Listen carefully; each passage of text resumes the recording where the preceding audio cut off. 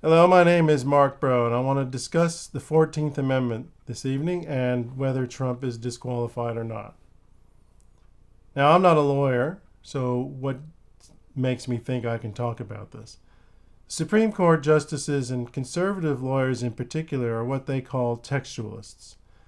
That means they do two things. They, number one, look at what does the text say, and number two, if there's any ambiguity, they look at, okay, what did the framers understand? What did they mean? And in order to do that, they have to look at some documents outside of the Constitution in order to understand the historical context. So Alexander Hamilton's memoirs, for example, or legislative discussions, the records of debates and things like that.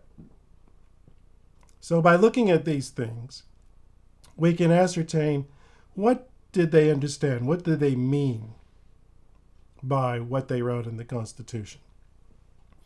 So that's what these people claim, and that's what they claim they're going to do with the 14th Amendment case. Now, why should I discuss this if I'm not a lawyer? Well, I'll make this quick. I do a lot of textual analysis of the Bible, and we do exactly those two things. We look at what does the text say and what did the people at the time think it meant. Okay? Now, in the case of the Bible, you've got Hebrew, Greek, Aramaic, Coptic, Syriac. You've got all these different languages, and you have thousands of different variations of manuscripts. And there are a lot of variations, and so we have to look at what do we think is the closest to the original. So if we want to know what was the thing that St. Paul most likely wrote, we examine all the variants and we make a determination. It's a very rigorous science. When I studied this in college, I spent at least 4 hours a day for years learning this discipline, and also won an award, American Bible Society Award for outstanding achievement in this area. So that's why I think I'm qualified to discuss this. All right, enough about me. Let's get right down to it. All right, so what we have is my PowerPoint presentation. Should Trump be disqualified? Now, there's certain facts about the 14th Amendment, but before we get to that, here are the relevant sections.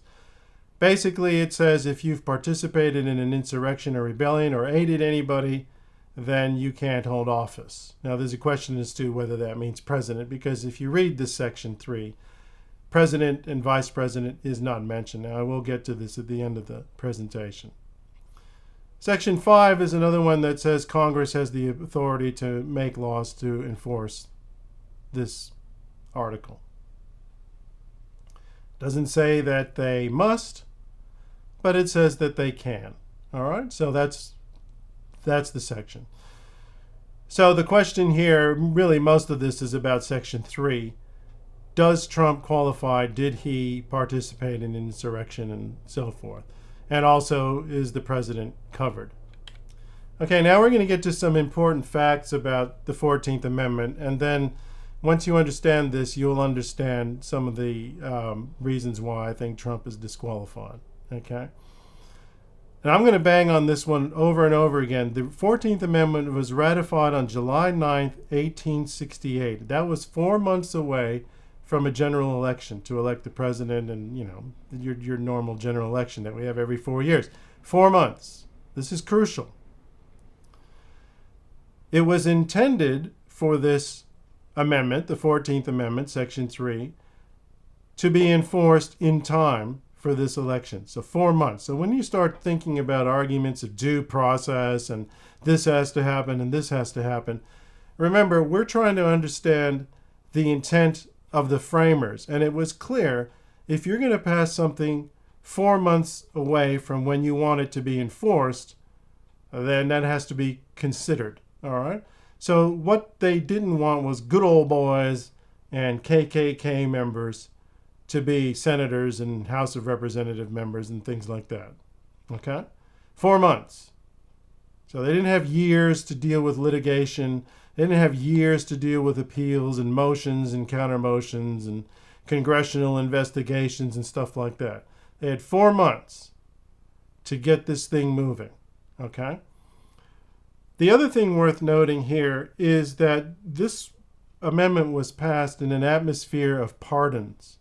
So both Lincoln and Andrew Johnson, who followed him after Lincoln was assassinated, they wanted to reconcile the country. Now, whether you agree or not, they were pardoning people, and that meant restoring them to U.S. citizenship and, what a presidential pardon is, which was to say, you will not be held criminally liable. Now, this is pretty remarkable considering thousands of people died in the Civil War and lots of women got raped as well. So to do this was somewhat controversial, but they wanted to heal the country. Now, the reason now the other thing I want to mention is that there were 3 decrees, 1863, 1865, and 1867. Now, in 1867, Andrew Johnson pardoned about 13,000 people. And what's important for our discussion here is that some of the ones he pardoned were former members of Congress. Okay? Which means when they served in Congress, they gave an oath to uphold and defend the Constitution against all enemies, foreign and domestic. All right? But in 1867, Andrew Johnson pardoned some of these, which meant that they were not going to be held liable. Now, eventually, it was in 1869, Jefferson Davis, the president of the Confederacy, himself was pardoned.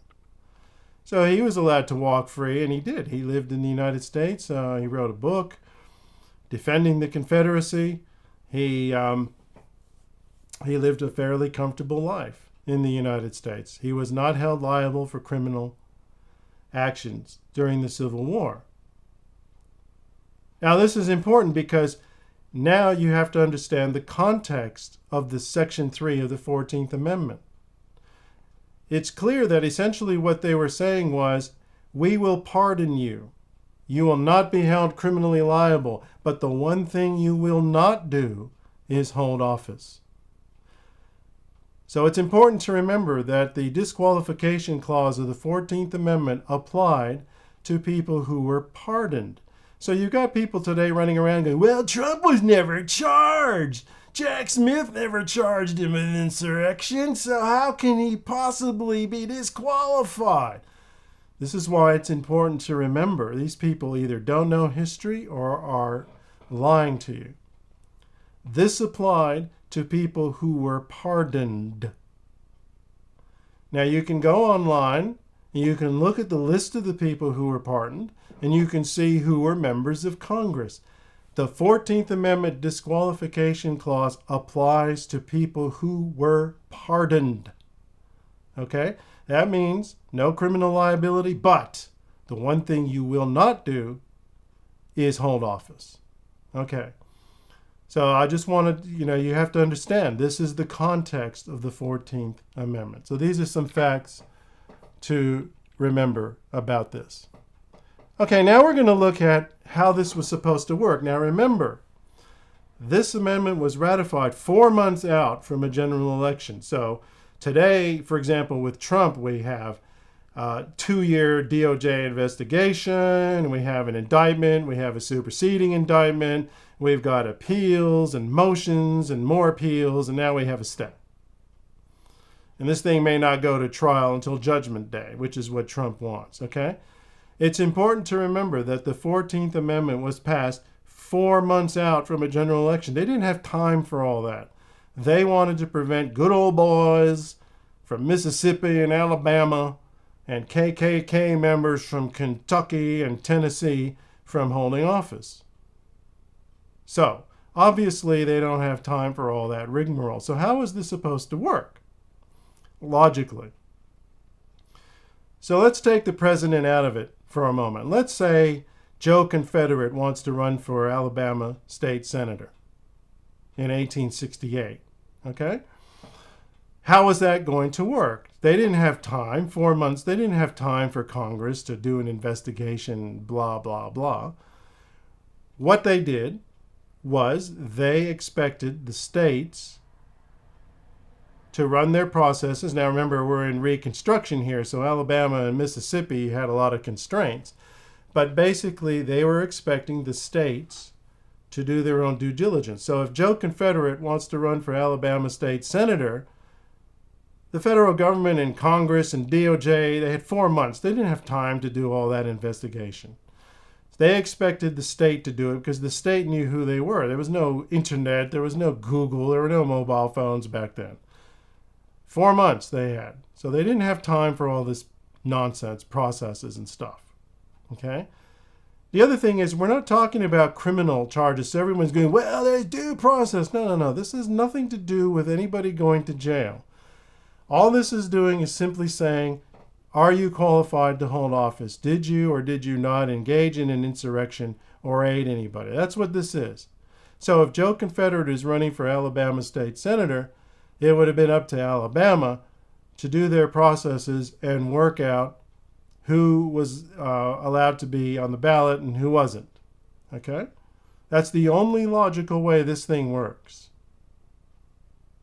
There's no other way this works. Okay? Now, each state has their own processes. Okay, fine, whatever. And they do that, and then they work out that Joe Confederate is disqualified. Now, Joe Confederate being disqualified, let's say Alabama says, no, sorry, Joe Confederate, you're not allowed to be a state senator. You're disqualified. The Supreme Court of the United States has nothing to do with this. They have no jurisdiction here. The only body that can reverse that is a 2/3 majority of the House of Representatives in Congress. That's it. The 14th Amendment doesn't say anything about what process. Is there a standard process? No. Doesn't say anything. Section 5 gave Congress the ability to pass laws if they wanted to. If they wanted to standardize this process, Congress could have done so. But 160 years later, nothing. No laws by Congress. So the only logical way this was going to work 4 months out from a general election was for the states to do this, and then only Congress could disqualify. Okay? Now, ironically, if Alabama said, yes, Joe Confederate can run, then it would have been up to the Supreme Court to say, no, you can't. Okay?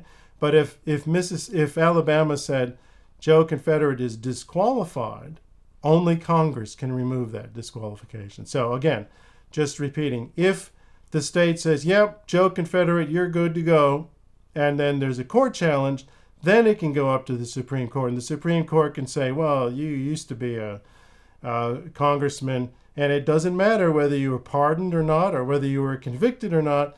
You swore an oath, you participated in insurrection, see you later, bye-bye. Okay?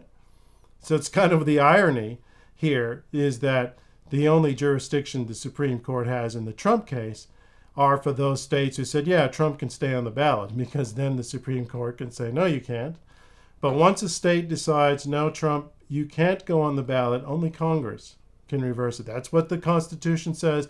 And if these people claim to be textualists, like they say they are, even though they're full of crap most of the time, if they claim to be textualists, then sorry, folks, Supreme Court has no jurisdiction. So in other words, what I'm saying is the Supreme Court cannot reverse Colorado. Colorado went through all of the lawful processes for determining qualification, and the highest authority in Colorado said, Trump, you're out, see you later, bye-bye. Only a 2/3 vote of the House can reverse that. So everyone's jumping up and down about the Supreme Court. They don't actually have jurisdiction, but there is one caveat, which I'll say to that. All right, so it's easy to see, if we just look at state candidates, it's easy to see how this would have worked, because only the state knows Joe Confederate. Somebody in Maine has no idea who Joe Confederate is, so it wouldn't make sense any other way but for the states to work this out. But what happens for the president? Well, the Constitution doesn't say, and Congress hasn't passed a law. So since it is clear, crystal clear, that the intent of this clause was to allow states to do their thing, that applies to the president as well. There is no other law that says, hey, for the president, it's exempted. Okay, so let's look here at one of the things the Republican Party is saying. So the Republican Party has sued Colorado.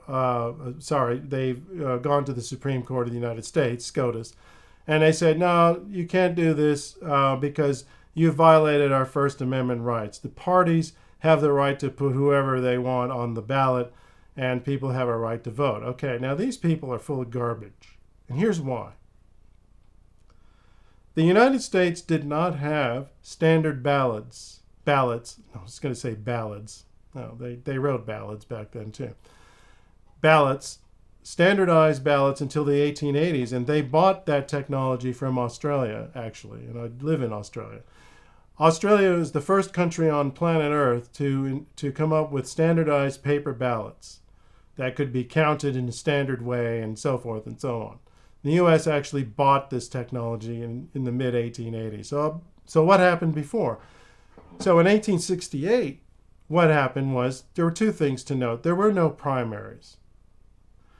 The party got together, they got delegates, so that's sort of like the Republican convention and Democratic convention today. All the delegates get together. Only back then, there were no primaries.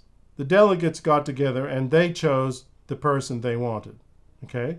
So they saved a lot of time this way, and maybe we should go back to that. All right, so they didn't waste time for 2 years running around. You know, even though Ron DeSantis is supposed to be governor of Florida, he spends all his time running around the country trying to run for president. All right? It's like, dude, do your job. All right? So that's not how it worked. So the delegates got together and they all discussed it and they voted and they worked out, okay, we want, in this case, Ulysses S. Grant. So the Republicans said, we want Ulysses S. Grant to be our candidate. There were no primaries. Ulysses Grant didn't run around the country going, please vote for me. He didn't go to the Iowa caucuses. They didn't exist back then. Nothing. All right? That's the first thing. The second thing is parties printed their own ballot. So let's say I wanted to vote for Ulysses Grant. Most Americans did. He won in a landslide. Okay. What would happen is the Republican Party printed their own ballot. So let's say I lived in, I don't know, Kentucky or Massachusetts, pick a state, whatever. So the Republican Party of that state printed the ballot, and their presidential candidate was Ulysses S. Grant, and then they had various state candidates. Meanwhile, the Democratic Party printed their own ballots, and they had their own candidates on there. So if I was a Republican, I would grab the Republican ballot, and I would vote with that. Somebody else, Joe Confederate, would have grabbed the Democratic ballot, because back then the Democrats were the slavers and the Republicans were the abolitionists. And I'm a Democrat, and I don't have a problem admitting this. Anyway, so the Democrats would have their own ballot, and they'd have their guy as president, and then they'd have all the different state candidates. Okay? So the election officials, when they counted ballots, they had two different ballots. They weren't standardized ballots. That didn't happen until 20 years later. And that was just started 20 years later. All right, so this is important to remember. So when the Republican Party today says, well, we're a party, we have the right to put whoever we want on our ballot, okay, they're not textualists, because clearly, when this 14th Amendment was passed, parties were held responsible, okay? So if Jefferson Davis wanted to run for Democratic Party to be president of the United States, it was up to the Democratic Party to make sure he never got onto the ballot in the first place, okay? Now, if the Democratic Party did put him on the ballot, let's say, hey, yeah, we want Jefferson Davis to be president, then what I discussed earlier would have kicked in, right? So all the state processes that I discussed would have kicked in, right? Okay, so then there would have been, whatever the state process to figure out whether Jefferson Davis qualified or not. And so what would happen back then was all the delegates would get together and somebody might have said, hey, what about Jefferson Davis? And all the delegates would have said, you're insane. He doesn't qualify. So Jefferson Davis never gets on the ballot. My point is, when the Republican Party says that, the party has the right to put whoever they want. No, they don't. Because when this amendment was passed in 1868, it was the parties who created their own ballots. It was a lot different to what it is now. And I might point out, too, that Abraham Lincoln, a Republican, chose Andrew Johnson, a Democrat, to be president, his running mate, because he wanted to unify the country. All right, that doesn't happen today. So things were a lot different back then. So this Republican claim is garbage. All right, I think I've beat on that. Now let's go to this Trump's arguments. Now here again, where I don't see very well, and I can't actually see what the slide says because I'm talking, so I may not address some of this in order. So apologies, because otherwise I'd have to get up to the screen like that, and that doesn't look too good, right? So some of Trump's objections are just ludicrous. So we've already talked about the fact that this thing was passed 4 months out from a general election. Okay? So the idea here that, Trump says, I never participated in an insurrection. Okay, that's fine. Now, Congress, Section 5 of the 14th Amendment, gave Congress the authority to determine what is an insurrection, but Congress never did. Why? I don't know, ask them. But it's pretty obvious what an insurrection is. And I just want to say, if a group of people storms the Capitol in order to stop a congressional proceeding, like they did on January 6th, try to hunt down and kill Nancy Pelosi, the Speaker of the House, erect the gallows to hang the Vice President, Mike Pence, folks, that is an insurrection every day of the week, every hour of the day, every minute of the hour, every second of the minute. Don't insult my intelligence and the intelligence of millions of other Americans. That's a frickin' insurrection. Not to mention the fact that we all saw it on TV. We all saw what they did. That is an insurrection. And I would go further as to say that was a coup. Now, the fact that the coup failed, that doesn't lessen the fact that it was a coup. All right? Now, did Trump incite or did not? Now, we can all argue and all of that sort of thing. In my opinion, he incited. But even if he didn't, which is ludicrous, but let's say Trump, I don't know, he did say, let's go peacefully and all that, which, that'd be like, Vito Corleone, telling, Vito, I think it was, hey, just, handle this guy peacefully. And, it is what it is. And what he's really saying is bump him off, yeah, right. And these guys, we saw how peaceful they were. Okay. But even if he didn't, Trump, commander-in-chief of the military, he's got the nuclear football. He commands the most powerful military the world has ever seen.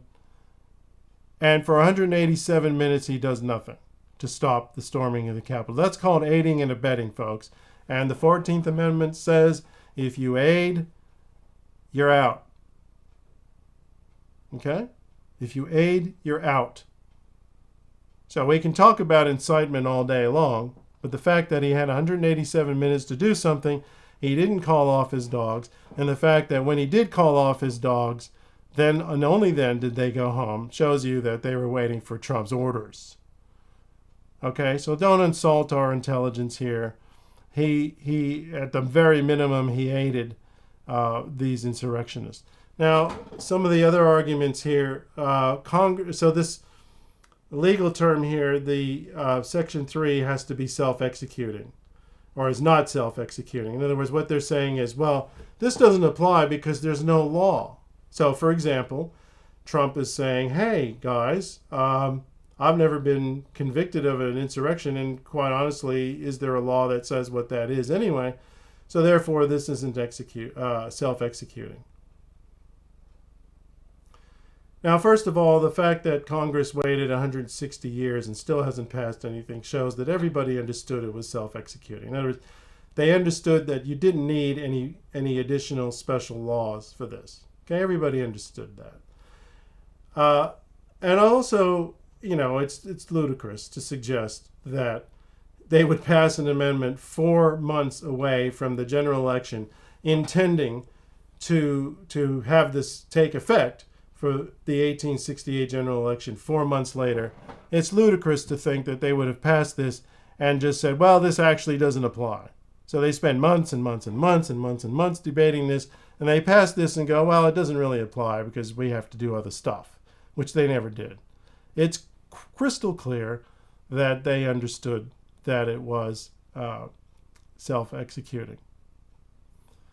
Now, the one of the main ones here, and this is probably the one thing Supreme Court of the United States needs to adjudicate, is that the President of the United States is not an officer. The President takes a slightly different oath to other officers.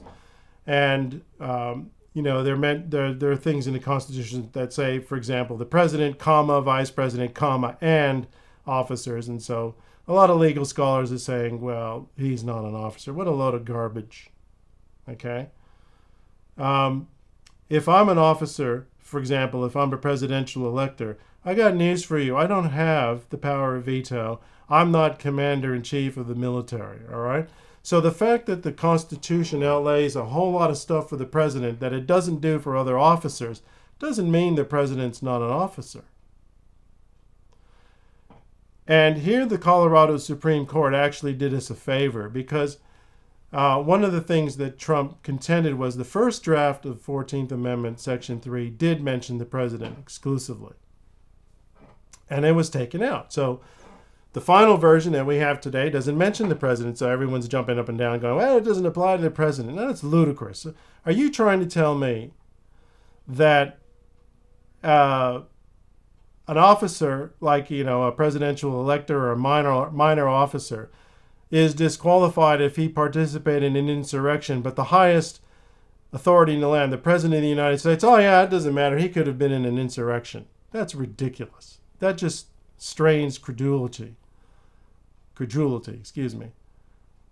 But more to the point, the Colorado Supreme Court did us a favor because they actually cited a debate. So what happened was, when the second draft came out that excluded the president, people started jumping up and down. They're going, wait a minute. What if Jefferson Davis wants to run for president? This is ridiculous. Why are you excluded the president of the United States? And the people who wrote this go, no, we're not excluding the president. What we did was we wanted to make sure any officer is excluded. Okay, so people said, oh, okay, fine, all right. So if your intent was that this applies to the president as well, then we're good with this. And so they ratified it. So we have this. The Colorado Supreme Court decision. You can read it. It's available to the public. You can read it. It says this specifically. It shows this, that the framers clearly understood that the President of the United States qualifies. But I guess the Supreme Court, there are a lot of political hacks in there today. They're going to look at this. And, it's going to be interesting because if they say this doesn't apply to the president, then it means that a president could be, say, for example, an agent of Russia or an agent of Cuba and become president of the United States. It's ludicrous. Okay? So that's a brief rundown, maybe not so brief, of the 14th Amendment. In my opinion, clearly Trump is disqualified. That was clearly the intent.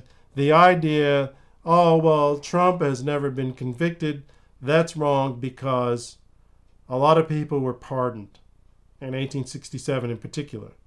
Over about 13,000, somewhat less than 13,000. So we know that they weren't worried about criminal convictions here. They were worried about stopping good old boys from taking office starting 4 months after this thing was ratified. So, to say, well, Trump is deprived of his due process. Again, we're not talking about a criminal proceeding. No one's going to throw Trump in jail for violating Section 3 of the 14th Amendment. This is simply saying you can't hold office anymore. See you later. Now go and have live your life on all other respects. You can have businesses. You can do whatever you like. Okay. So that's it. All right. That's the 14th Amendment. When you look at what does the text say and what did they mean, it's clear that all of Trump's objections don't hold water. But the only one that, as far as I'm concerned, the only thing that SCOTUS can decide, the Supreme Court of the United States, is whether this applies to the president. And if it does, then they cannot reverse Colorado or Maine. Let's assume the Supreme Court of Maine upholds the Secretary of State. They cannot reverse it. Okay? So back in the day when delegates dealt with this thing, if Jefferson Davis had run, then all the northern states would have said, no, see you later, bye. There's no way Jefferson Davis would have won. So the Democratic Party would never have put him on the ballot in the first place. It's pretty clear how this was supposed to work. Don't let the lawyers mess you around. This is pretty plain and obvious. Anyway, that's me howling at the moon. Thanks for listening. Bye.